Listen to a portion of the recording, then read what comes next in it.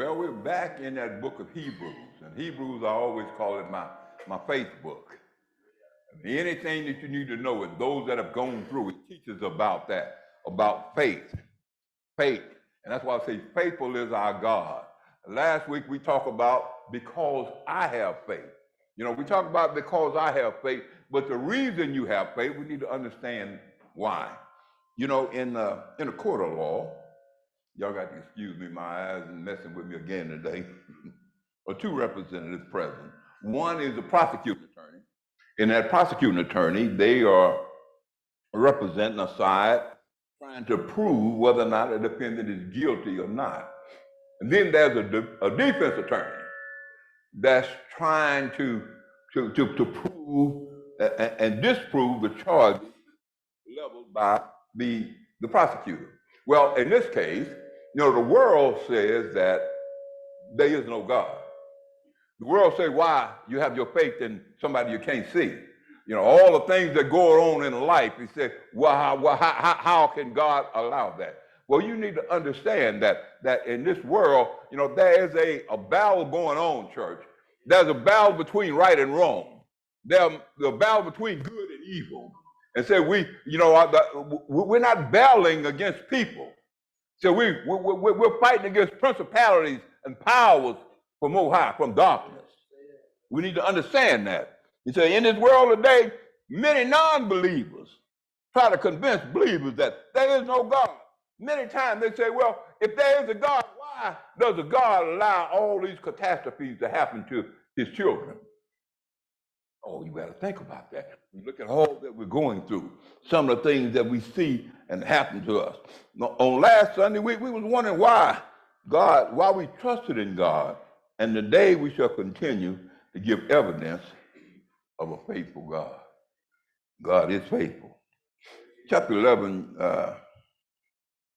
could be used by the defense attorney as a witness of the faithfulness of God. We look back in all the things that have happened. The greatest evidence of non-believers used against believers is that if there's a God, why would he allow you to go through this? But you got to understand that when we came to Christ and we accepted that God's in our life, he didn't say that you wouldn't have problems, but he did say that I would never leave you nor forsake you. Many believers say that once I accept God, they think, well, Lord, when I accept Christ in my life, my problem's over. I don't have any more problems. I got Christ in my life. Let me tell you something. Your problem just started because Satan is going to get busy. As long as you're running with him, he don't need to do anything to you. But as soon as you try to step up for God, everything that you try to do is going to turn upside down. To the contrary, God did not promise that everything would be perfect. But he did say, I never leave you, nor forsake you. Let's look at Moses, by faith. When everything seemed doomed, you send Moses. Moses tried to talk to God. He said, well, God, send my brother Aaron. He's eloquent in speech. I'm not good in speech, Lord. Send Aaron. But God chooses whom he wants. Sometimes he picks us the person that we least expect to be able to guide us through that. That Moses was being raised up in Pharaoh's house. Really had access to all of the gold and every riches that everything else. But Moses gave up all of that to go and be with his people. Sometimes God looks at how you deal with things in life to decide whether or not he's going to use you. And so with that in mind, he took Moses and he used him to go and free his people from the perils of Egypt. Leads them all the way down. Moses takes us through all the desert, all the things that are going on. Manna falling from heaven, the Red Sea, look up there, the armies all about us. And yet, though Moses was a leader, and though some of us, just like some of us, going to be the same way, that we hear what God is doing, and we believe to a point. But God is going to have us going around in the wilderness too, a wilderness experience. See, all that we're going through now wilderness experience, the things that we receive now. We don't know why it's going on, but God already knows. He's trying to get our attention. You know, we have to look back at some of the things that happened, you know, for God's sake. You know, by faith, the walls of Jericho, you know, they were there. God told them, he said, first he sent some spies over. He said, I want y'all to go over, and I want y'all to take the thing, because God said, I'm giving you this land. Now, if somebody say, I'm giving you, I'm giving you a house, but I need you to go over. Well, the spies went over, and there were so many people over there, warriors, giants, they were worried.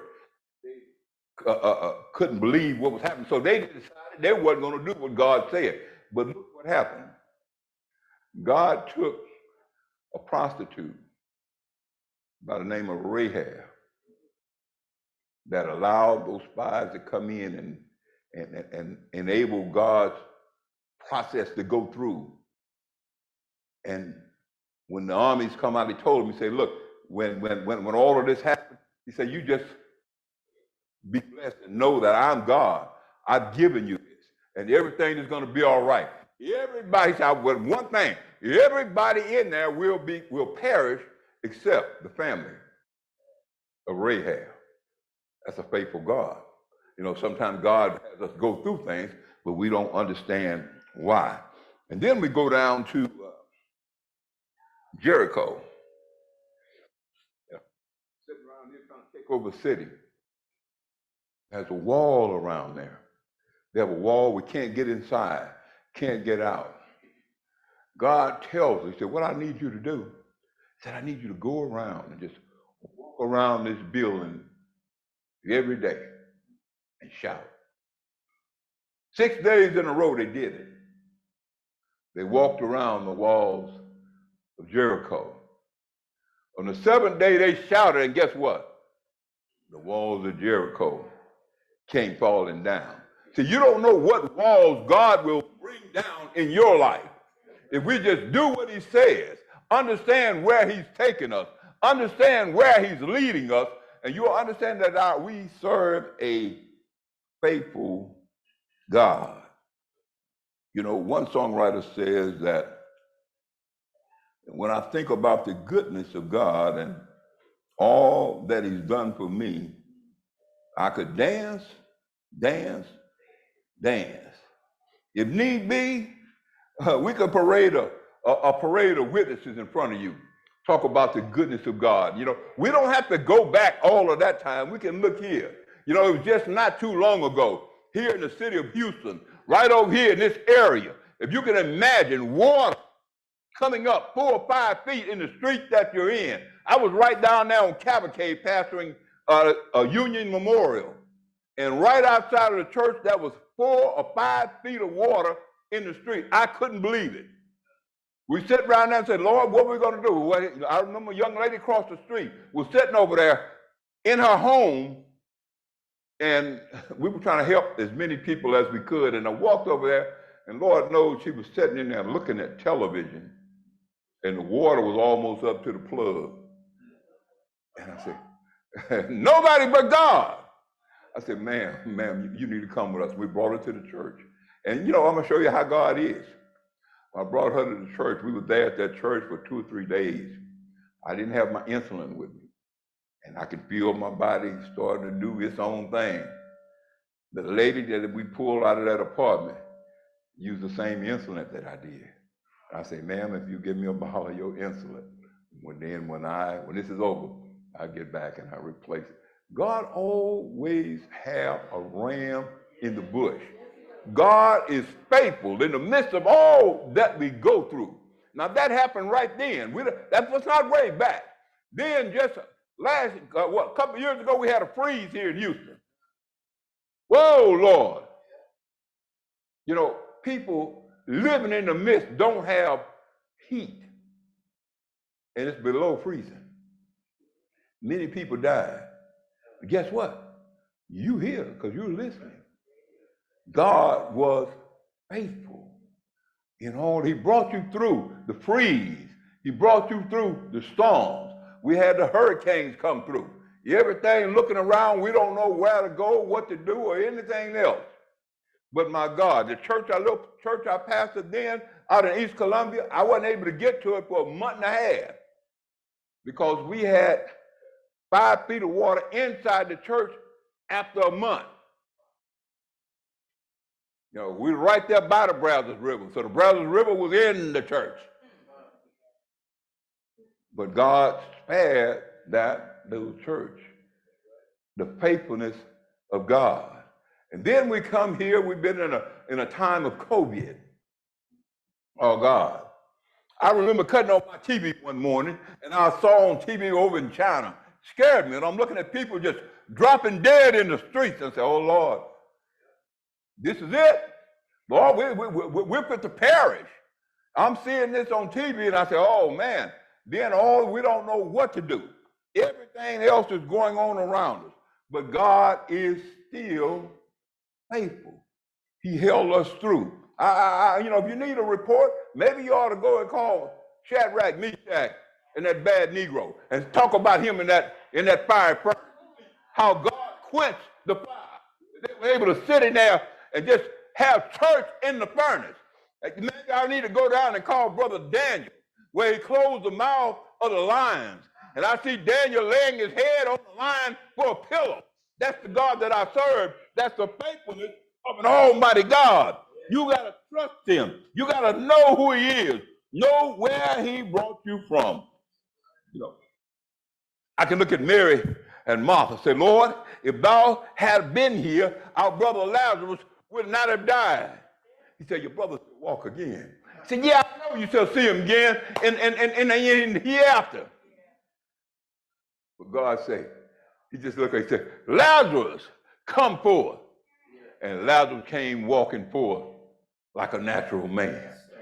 The faithfulness of an almighty God. You got to hold fast to your faith no matter what goes on, what situation you go through, how bad it gets, what you're going through. Don't worry about that.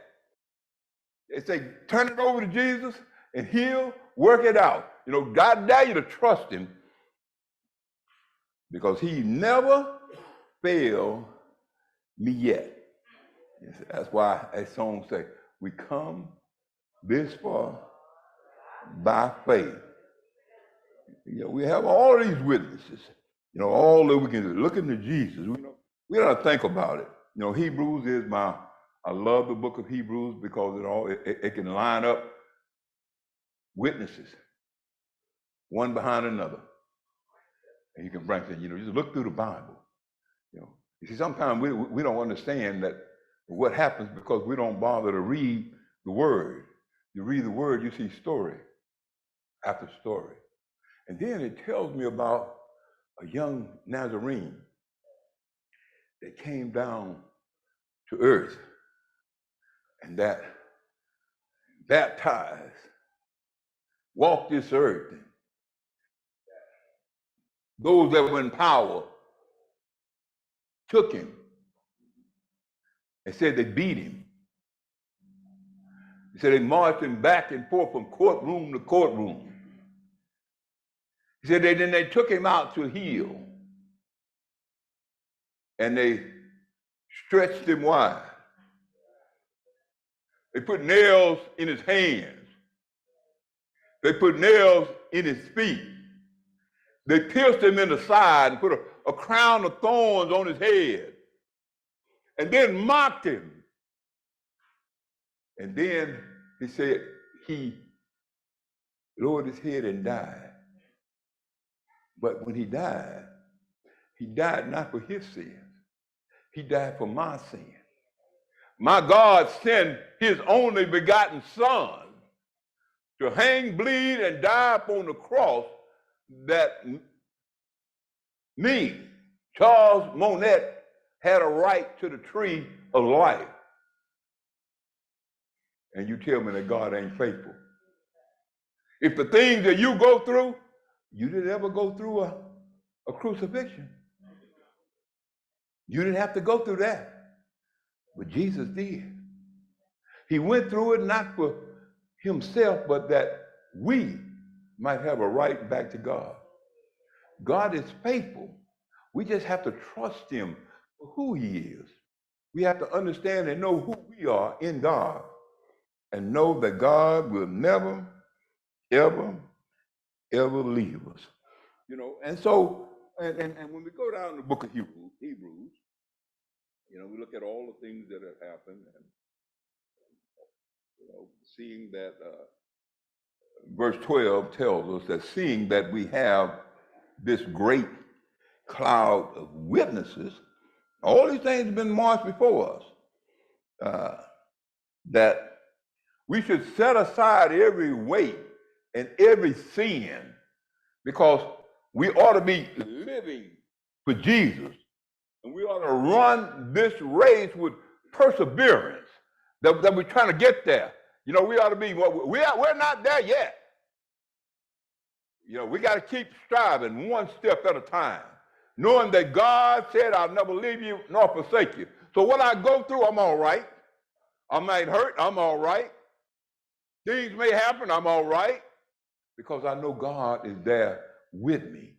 Jesus said, I'll never leave you nor forsake you. And look into Jesus, who is the author and the finisher of our faith, who for the joy of him, he didn't even despise the cross. He went all the way to death. At one time, he could have stopped. Any time, he could have stopped. But he thought so highly of me that he went all the way to the cross. And then it says, one old song says, because he lives. Because he lives, I can face tomorrow. Because he lives, all fear. What's fear? False evidence appearing real. All fear is gone. Why? Because I know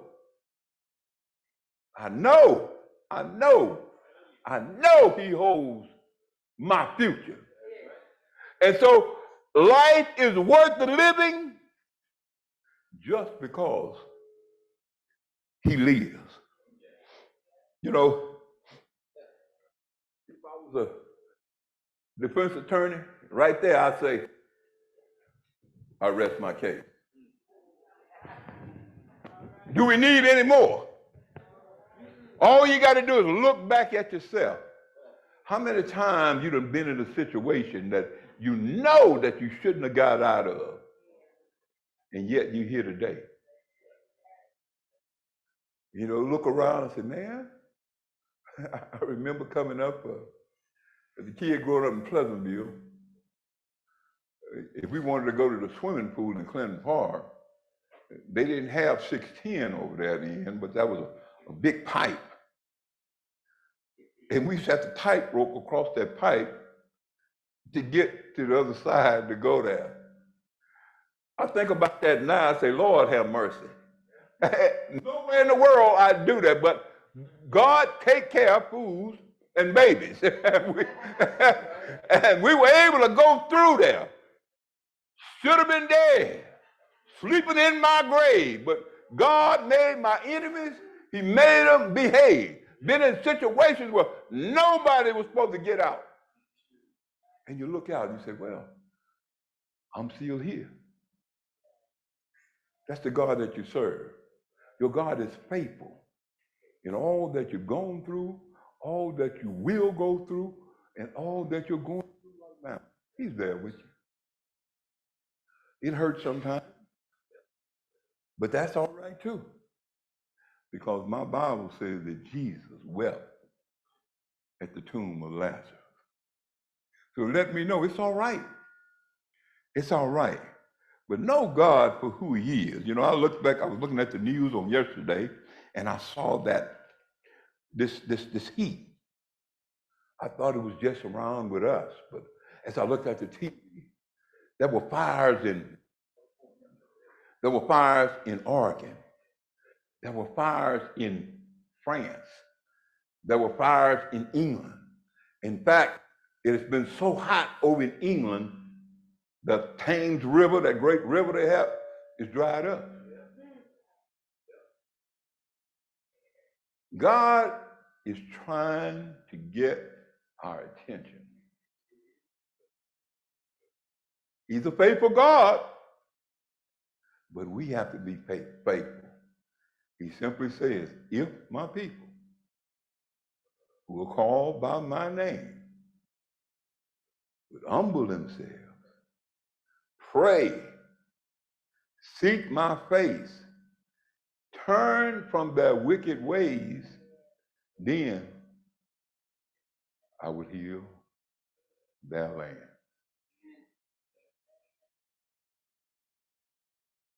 All he's doing is waiting on us, because the God I serve is faithful. And we say it all in the name of the Father, Son, and of the Holy Spirit.